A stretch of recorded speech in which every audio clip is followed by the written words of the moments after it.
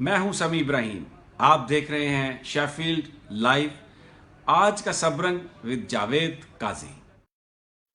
جی السلام علیکم. بالکل آپ دیکھ رہے ہیں آج کا سب رنگ، اور الیکشن میں آج کا دن اور آج کی رات جو ہے وہ رہے گی. یہ کل الیکشن ہے 8 تاریخ کو، اور اس پر ہم بات کریں گے. لیکن یہ ایک بڑا عجیب اور انوکھا الیکشن ہو رہا ہے، کیونکہ ایک مقبول ترین پارٹی جو ہے ملک کی، اس کو باہر رکھنے کے لیے تمام ادارے جو ہیں وہ متحرک رہے ہیں. اب دیکھیں کہ کل کیا ہوتا ہے. لیکن پارٹی کا نشان بھی واپس لے لیا ہے. اب ان کے جو کارکن ہیں وہ کچھ تو بھاگے ہوئے الیکشن لڑ رہے ہیں، کچھ جیلوں میں بیٹھ کر الیکشن لڑ رہے ہیں. اور اب کیا کہا جائے. اب جہانگیر ترین صاحب کی آپ مثال لے لیں، ان کے سامنے جو بھی کھڑا ہوتا ہے وہ غائب ہو جاتا ہے، اور یا تو ان کے گھر سے بازیاب ہوتا ہے، اور ایک پریس کانفرنس کرتا ہے اور کہتا ہے کہ جی میں نے الیکشن میں حصہ نہیں لینا. 3 کینڈیڈیٹ ایسے ہیں جن کے ساتھ یہ ہو چکا ہے. بہرحال اس پر بھی ہم بات کریں گے. لیکن آج تک کسی پارٹی پر اتنی پکڑ دھکڑ نہیں ہوئی جتنی پی ٹی آئی پر ہوئی ہے. لیکن اس کے باوجود بھی وہ سب کے سب جو ہیں، ان کے کینڈیڈیٹ جو ہیں وہ الیکشن لڑ رہے ہیں. اس پر ہم بات کریں گے. آج ایک عرصے کے بعد ہمارے ساتھ افتخار چودھری صاحب ہیں. تقریباً 1 ماہ سے اوپر ہو گیا ہے. ان کی کچھ طبیعت جو ہے وہ خراب تھی، لیکن اللہ کا شکر ہے کہ وہ بہتر ہو رہے ہیں، اور ہم دعا کرتے ہیں کہ وہ مزید بھی بہتر ہوں گے. ہمیں آل دا وے فرام اسلام آباد اس وقت انہوں نے جوائن کر لیا ہے. جی السلام علیکم. وعلیکم السلام قاضی صاحب. بہت شکریہ سر. ماشاء اللہ صحت یابی ہو رہی ہے. الحمدللہ. بس لوگ تو کچھ کہہ رہے تھے کہ پتہ نہیں آپ بھی شاید غائب ہو گئے ہیں، تو اللہ کا شکر ہے، لوگوں کی دعائیں ہیں. لیکن اب طبیعت جو پہلے سے کافی بہتر ہو گئی ہے انشاءاللہ تعالی. اور ویسے بھی کیونکہ ووٹس ہیں، یہ ہماری قومی ذمہ داری ہے کہ ایٹ لیسٹ ہمارا میسج جن لوگوں تک پہنچ سکے، ہماری قوم کو پہنچ سکے، تو ہم اپنے طور پہ ایز اے جرنلسٹ وہ کنٹریبیوٹ کر سکیں ان کے ساتھ. جی قاضی صاحب. جی بالکل سر. جیسے میں نے انٹرو میں کہا کہ جتنا تشدد یا جتنا پکڑ دھکڑ جو ہے وہ پی ٹی آئی کی ہوئی ہے، اور مقبول ترین پارٹی ہے، اور گراؤنڈ ریالٹی یہ ہے کہ ان کے ووٹر جو ہیں وہ ابھی تک ٹوٹے نہیں ہیں. اور 8 تاریخ جو ہے وہ کل الیکشن ہے. تو آپ کیا سمجھتے ہیں کہ پی ٹی آئی کے جو آزاد امیدوار ہیں، کیا ان پر اتنا پریشر جیتنے کے بعد پڑ جائے گا کہ وہ پھر پی ٹی آئی کو چھوڑ جائیں گے؟ دیکھیں، پہلی بات تو یہ ہے کہ جو سلمان اکرم صاحب ہیں، پی ٹی آئی کے کینڈیڈیٹ بھی ہیں، ایم این اے کا الیکشن لڑ رہے ہیں لاہور سے. وہ سپریم کورٹ میں بھی گئے ہوئے ہیں. انہوں نے کوشش کر رہے ہیں کہ اگر ان کا کہنا یہ ہے کہ جو ہماری پارٹی ہے، انہوں نے نامینیشن فارم لیے تھے، تو وہ فارم جو ہیں انہوں نے پی ٹی آئی کے پارٹی کے طور پہ لیے تھے، ان کے ممبر کے حیثیت سے لیے تھے. کیونکہ قاضی فائز حسن ہے تو ان کے وہ چھین لیے بلے کا نشان. لیکن ایز اے پارٹی تو وہ ڈیزالو نہیں ہوئی. اس کو ڈیزالو کرنے کے لیے کئی مراحل طے کرنے پڑتے ہیں، تو پارٹی تو انٹیکٹ ہے. تو اس لیے وہ کورٹ میں گئے. اگر وہ کورٹ سے اللہ کرے وہ جیت جائیں، اگر وہ جیت جاتے ہیں تو جتنے پی ٹی آئی کے کینڈیڈیٹس ہیں ان پر وہ اطلاق ہوگا اس بات کا کہ اگر وہ پارٹی کو چھوڑ کے دوسری طرف جاتے ہیں تو ان کو جو ہے نا یہ کلاس لگ جائے گی ان کو ڈیفیکشن کی. جی سر. ہاں جی سر. جی تو وہ ان کا کینسل ہو جائے، ان کی جگہ نیا الیکشن ہوگا پھر اگر وہ کیس جیت جائیں. اور ویسے ساری وہ انٹیکٹ ہیں. پوری کوشش ہے. میں کل لاہور بھی رابطے میں رہا ہوں، ادھر اسلام آباد، اور یہ آپ جہانگیر ترین کی آپ بات کر رہے ہیں. انہوں نے 3 کینڈیڈیٹ اٹھائے، اور یہ آخری جو ایک خاتون تھی، ایجوکیشنسٹ تھی، عفت طاہرہ، اس کو بٹھا لیا. حالانکہ اس نے قرآن پہ حلف دیا تھا کہ میری کوئی ویڈیو آ بھی جائے تو آپ اس کو کنسیڈر نہ کریں آپ. لیکن اس کے باوجود آپ یہ دیکھیں کہ انہوں کو اٹھا لیا، اور ان کے جہانگیر ترین صاحب ہے وہ ڈرائنگ روم سے نکلی، وہی جس سے پہلے 2 جو کینڈیڈیٹ دے چکے تھے. پھر انہوں نے رات قاسم صاحب کو، ایک وہی کینڈیڈیٹ ہیں، ان کا نل کا نشان ہے. وہ انہوں نے اعلان کیا پی ٹی آئی نے, ٹھیک ہے نا, کہ وہ اب یہ کنٹیسٹ کریں بائی آل مینس. میری لودھرا کی عوام کے ساتھ بات ہوئی ہے تو انہوں نے یہی کہا کہ ہم اس لیے نہیں دے رہے کہ شاید عمران خان کو, ہم اس لیے کہ یہ آدمی جو ہے جاگیر ترین, اس نے ہمارے ساتھ دغا کیا, یہ لوٹا اس کو نہیں دیتے ہیں. ایک اور جگہ سے احمد ڈوگر سے کے خلاف کھڑا ہے, یہ ملتان سے جہانگیر ترین, اس میں احمد ڈوگر جو ہے وہ کافی اس سے آگے جا رہا ہے. جی کیسا؟ جی افتخار بھائی, یہ جو پکڑ دھکڑ رہی ہے, گھروں میں گھسنا, گھروں میں توڑ پھوڑ کرنا پولیس کی طرف سے, اور اگر جس بندے کو وہ ڈھونڈ رہے ہیں وہ نہ ملے تو ان کے بچے اٹھا لیے جاتے ہیں, یا خواتین اٹھا لی جاتی ہیں, یا ان کے پیرنٹس جو ہیں وہ اٹھا لیے جاتے ہیں. ایک ہمارے سامنے سوشل میڈیا پہ یہ بات آئی کہ منڈی بھاولدین کے ایک کارکن ہیں, انہوں نے ایک جلسے کا اہتمام کیا ہے اور ان کے والد کو اٹھا کے وہ لے گئے ہیں, اور 4 دن اریسٹ کے بعد وہ بیچارے مطلب کہ پولیس کی حراست میں ہی وفات پا گئے ہیں. تو کیا کہیں گے کہ اس قسم کا جو ظلم ہے, جبر ہے, وہ کچھ ختم ہونے کا نام لے گا الیکشن کے بعد؟ دیکھیں جی, جب سے عمران خان کی حکومت کا خاتمہ کیا ہے انہوں نے اپریل کو 2022 کو, تو اس وقت سے لے کر اب تک آپ دیکھ لیں کہ مسلسل کارکنوں پر ٹارچر کیا جا رہا ہے. 10,000 20,000 پتہ نہیں کتنے لوگ, کوئی 30,000 بھی کہتے ہیں پارٹی ورکرز ابھی تک وہ گرفتار ہیں, جیلوں میں بند ہیں. خواتین آپ دیکھ لیں, 1 سال ہونے کو ہے, مئی اب آ گیا, 9 مئی آ گیا ہے, ان میں یہ یاسمین راشد کو آپ دیکھ لیں جو نواز شریف کے خلاف الیکشن لڑ رہی ہے, اس کے خلاف ابھی ان کو فرد جرم عائد کر دیا 9 مئی والے کیس میں. اتنے عرصے کے بعد ابھی تک 9 مئی کی تحقیقات نہیں ہوئی.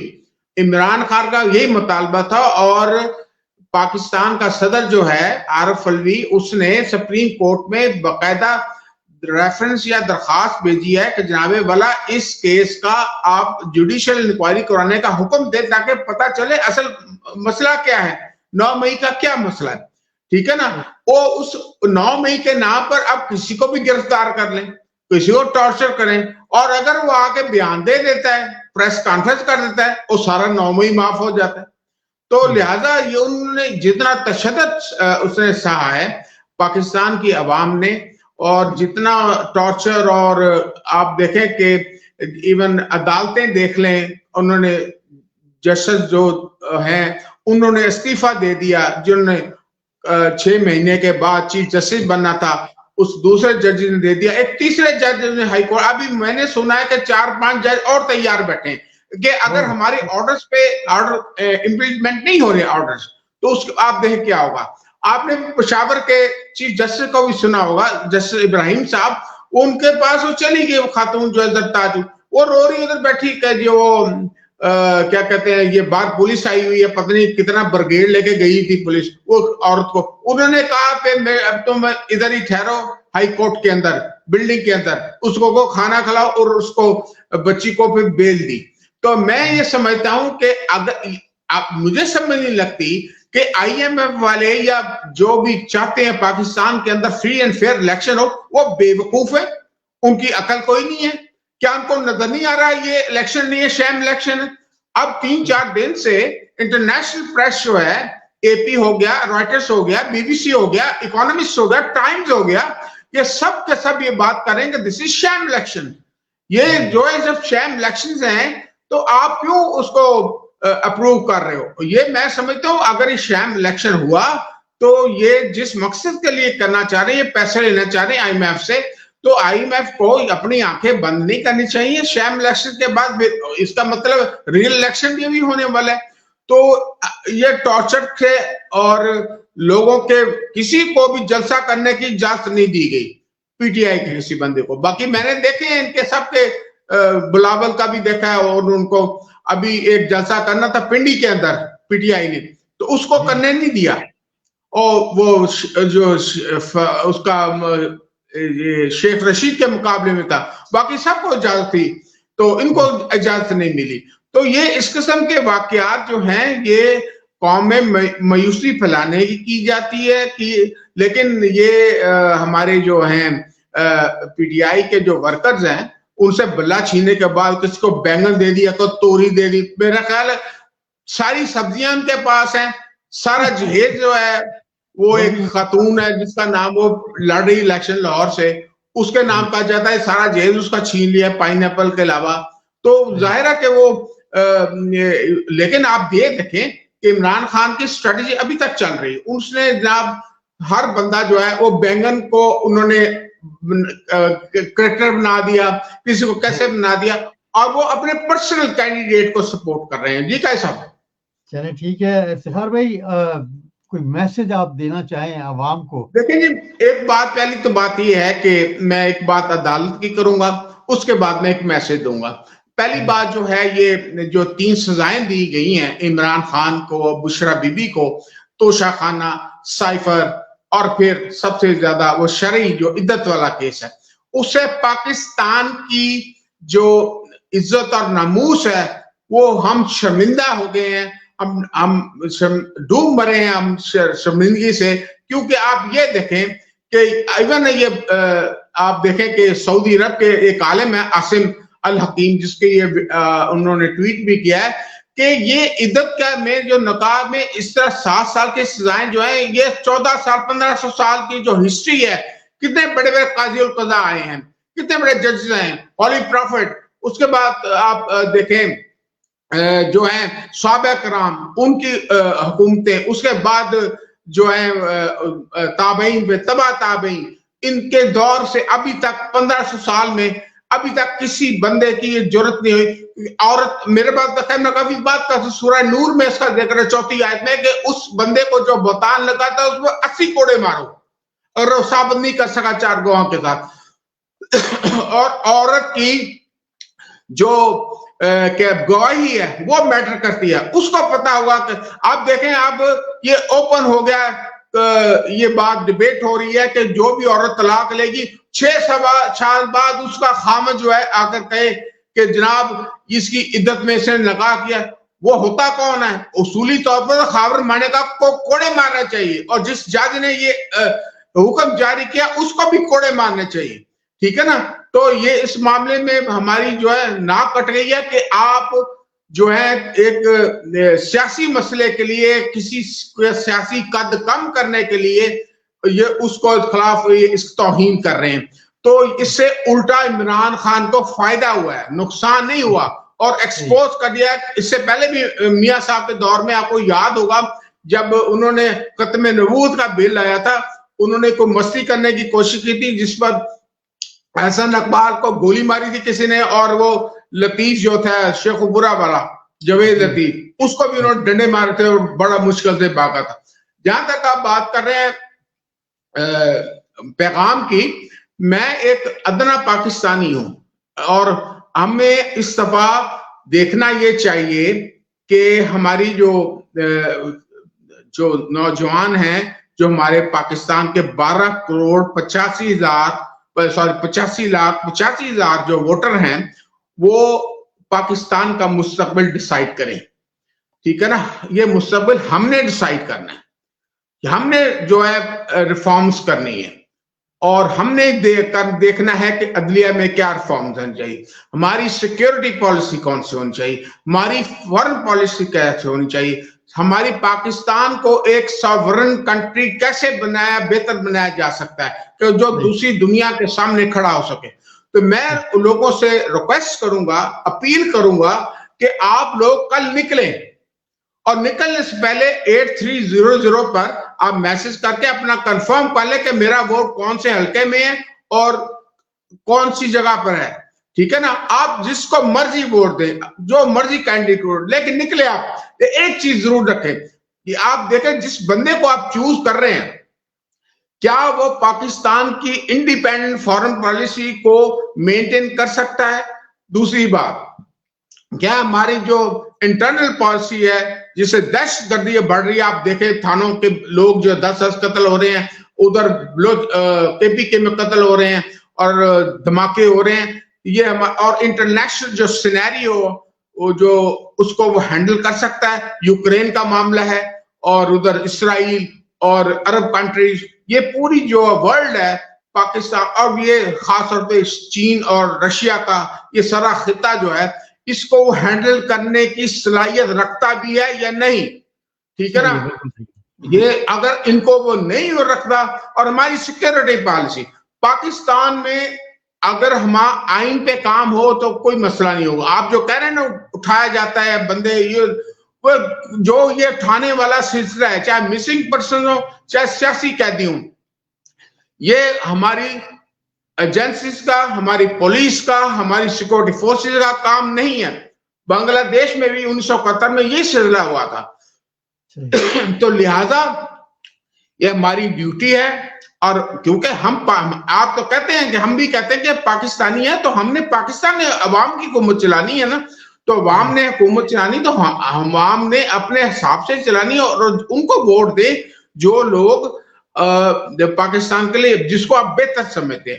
لہذا میری درخواست ہے کہ کل صبح 8 بجے جب ووٹنگ شروع ہوگی آپ سارے جائیں اور اس سے نہ ڈریں. لوگ بڑے افواہیں پھیلا رہے ہیں بھئی وہاں پہ یہ ہو جائے گا, اٹھا لیے جاؤ گے, مارے جاؤ گے, فلاں ہو جاؤ گے, یہ جان بوجھ انٹرنیٹ بند ہوگا.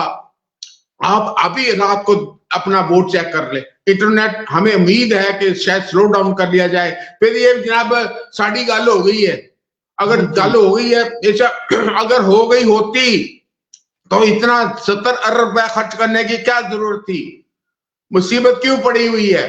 تو لہٰذا آپ نکلیں, لوگوں کی افواہوں کو مت سنیں اور وہ کینڈیڈیٹ جو ان کو الیکٹ کریں جو آپ جس کو سمجھتے ہیں. آپ کے پاس دلیل ہونی چاہیے کہ واقعی یہ لوگ پاکستان, یہ جو ہم جن کو الیکٹ کر رہے ہیں یہ پاکستان کا مستقبل سنوار سکتے ہیں, پاکستان کو اندرونی اور بیرونی خطرات سے محفوظ کر سکتے ہیں. اور پاکستان میں اگر پولیٹیکل استحکام ہوگا تو معاشی استحکام ہوگا, اگر معاشی استحکام ہوگا تو ہماری دفاعی استحکام ہوگا. تو اس کے بعد کوئی دنیا کی کوئی طاقت ہماری طرف بری نظر سے نہیں دے سکتی. یہ میرا پیغام ہے سب کے لیے. بہت بہت شکریہ افتخار بھائی, اللہ تعالیٰ آپ کو صحت دے, مزید آپ کی صحت میں مطلب کہ اور ترقی آئے اور اسی طرح آپ ہمارے پروگرام میں شامل ہوتے رہیں. بہت بہت شکریہ آپ کا سر, تھینک یو ویری مچ. اللہ حافظ جی. اللہ حافظ جی. یہی تھے ہمارے آج کے جو پیغامات تھے الیکشن کے حوالے سے. آپ ضرور نکلیں, ووٹ دیں, کیونکہ ووٹ ہی تبدیلی لا سکتی ہے. اور جیسے افتخار بھائی کہہ رہے تھے کہ ڈرنے کی ضرورت نہیں ہے, آپ ضرور مطلب کہ اپنی ووٹ جو ہے اس کو کاسٹ کرنے کے لیے پولنگ اسٹیشن پہ جائیں, ضرور جائیں. اور یہ جو ڈر ہے کہ ہمیں پکڑ لیا جائے گا, اور ویسے تو بہت سارے طریقے جو ہیں پی ٹی آئی والوں نے سوشل میڈیا پہ پھیلا دیے ہیں کہ آپ اپنی ووٹ کیسے دے سکتے ہیں. اور جو دوسری پارٹیاں ہیں وہ بھی اپنا اپنا کردار جو ہے وہ ادا کر رہی ہیں. مجھے اجازت دیجیے گا اگلے پروگرام تک, اور ایک بار پھر please come out and vote for your future. Thank you very much, اور انشاءاللہ کسی دوسرے پروگرام میں آپ سے ملاقات ہوگی. اپنی دعاؤں میں بہت سارا یاد رکھیے گا اور دعا کیجیے گا کہ کل خیر خیریت سے الیکشن جو ہے وہ پایہ تکمیل تک پہنچ جائے.